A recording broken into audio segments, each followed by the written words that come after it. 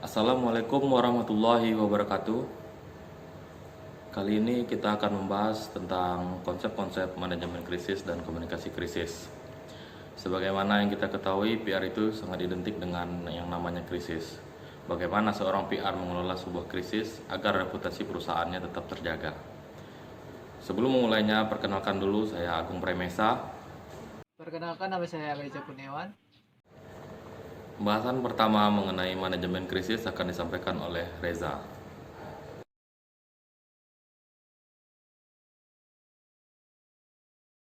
Terima kasih kepada moderator. Di sini saya akan menjelaskan mengenai tentang krisis.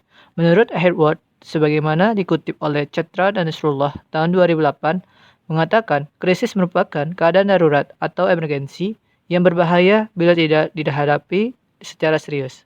Selanjutnya saya akan menjelaskan manajemen krisis.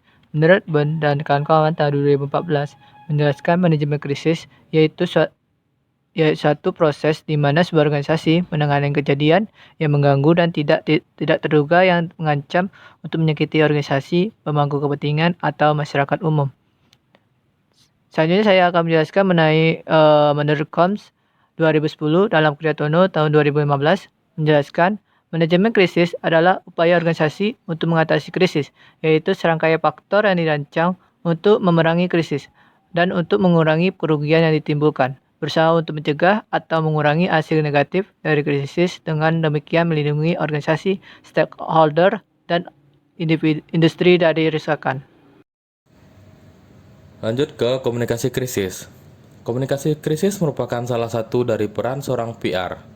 Berbicara tentang krisis dalam konteks public relation berarti terjadinya suatu peristiwa atau suatu yang datang secara tiba-tiba yang akan memberikan suatu ancaman terhadap organisasi, perusahaan, ataupun instansi, serta serangan terhadap publiknya, produk dan layanan, ataupun citra yang telah dimiliki, yang mana hal ini bermuara kepada kaitannya dengan reputasi sebuah perusahaan, organisasi, ataupun instansi. Sebenarnya, dalam konteks tahapan manajemen krisis, komunikasi krisis merupakan bagian yang terpenting seperti halnya yang dikatakan oleh Combs. Komunikasi krisis adalah darah kehidupan dari seluruh kegiatan manajemen krisis dan memainkan peran yang paling vital di setiap tahap dari manajemen krisis. Selanjutnya tentang definisi komunikasi krisis. Yang pertama, menurut Combs menjelaskan secara luas, komunikasi krisis merupakan suatu proses pengumpulan, pemrosesan, dan penyebaran informasi yang diperlukan untuk mengatasi situasi krisis. Yang kedua, ada ahli yang bernama Krisyantono menyatakan komunikasi krisis adalah strategi mengkomunikasikan apa yang ingin disampaikan, ingin dilakukan, dan apa yang sudah dilakukan organisasi dalam merespon sebuah krisis. Jadi dapat disimpulkan, komunikasi krisis itu adalah bagaimana cara mengkomunikasikan sebuah respon dari suatu perusahaan atau organisasi terhadap krisis yang terjadi. Jika seorang PR baik dalam mengkomunikasikan sesuatu responnya terhadap menanggapi suatu krisis, maka reputasi perusahaan pun akan tetap terjaga. Menurut Combs, ada 3 prinsip utama dalam komunikasi krisis. Yang pertama adalah menyampaikan pesan dengan cepat, yang kedua konsisten, yang ketiga terbuka. Yang pertama, menyampaikan pesan dengan cepat. Hal ini berarti memberikan kesempatan bagi pemangku kepentingan, terutama media massa, untuk mengetahui tentang apa yang sebenarnya terjadi, dengan tujuannya adalah mengisi kekosongan informasi ketika krisis yang sedang berlangsung. Jadi dalam hal ini bisa kita nilai seorang PR dalam menanggapi suatu krisis harus cepat-cepat memberikan informasi ke media massa. Kenapa media massa? Karena untuk menyampaikan informasi kepada publik, alangkah lebih baiknya dengan media massa karena jangkauannya lebih luas.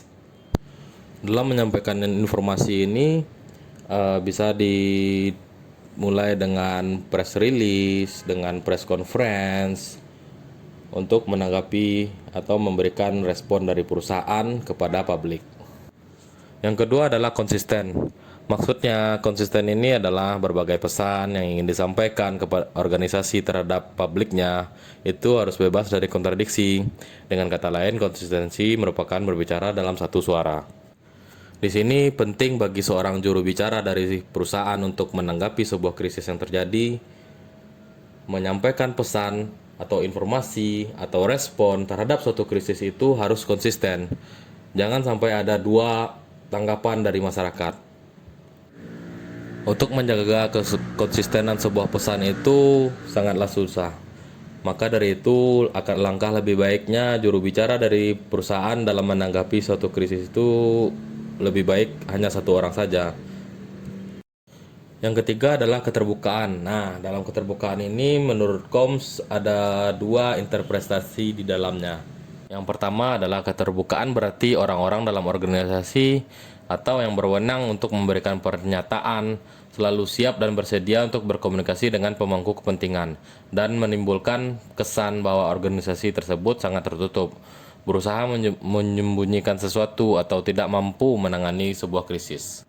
Yang kedua adalah keterbukaan dalam konteks pengungkapan secara terbuka sepenuhnya atau full disclosure, yakni organisasi harus mengatakan semua yang mereka ketahui tentang krisis segera setelah mereka mendapatkan informasi, dan biasanya ini sering digunakan dalam konteks hukum.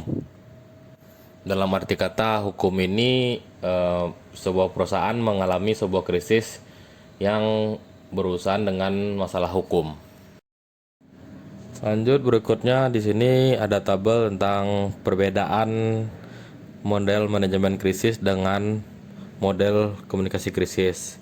Nah, di sini bisa kita lihat ada tahapannya pra-krisis, krisis, dan pasca-krisis. Nah, dalam model komunikasi krisis, yang dilakukan dari saat pra-krisis adalah membentuk pengetahuan tentang krisis, lebih bersifat internal, menyamakan persepsi di antara anggota organisasi. Yang kedua, dalam tahap krisis, itu komunikasi krisis yang dilakukan adalah mempengaruhi persepsi publik tentang krisis, persepsi tentang organisasi, dan segala upaya organisasi mengatasi krisis tersebut. Yang ketiga adalah pasca krisis, yaitu memulihkan reputasi dan mengembalikan reputasi yang sempat hilang akibat krisis. Nah, cukup jelas ya dengan presentasi kami. Mungkin sekian presentasi dari kami mengenai manajemen krisis dan komunikasi krisis. Untuk yang ingin bertanya, meninggalkan saran, atau menambah tambahan kajian tentang manajemen krisis dan komunikasi krisis, bisa tinggalkan komen di kolom komen video bawah ini. Dan jangan lupa di subscribe ya.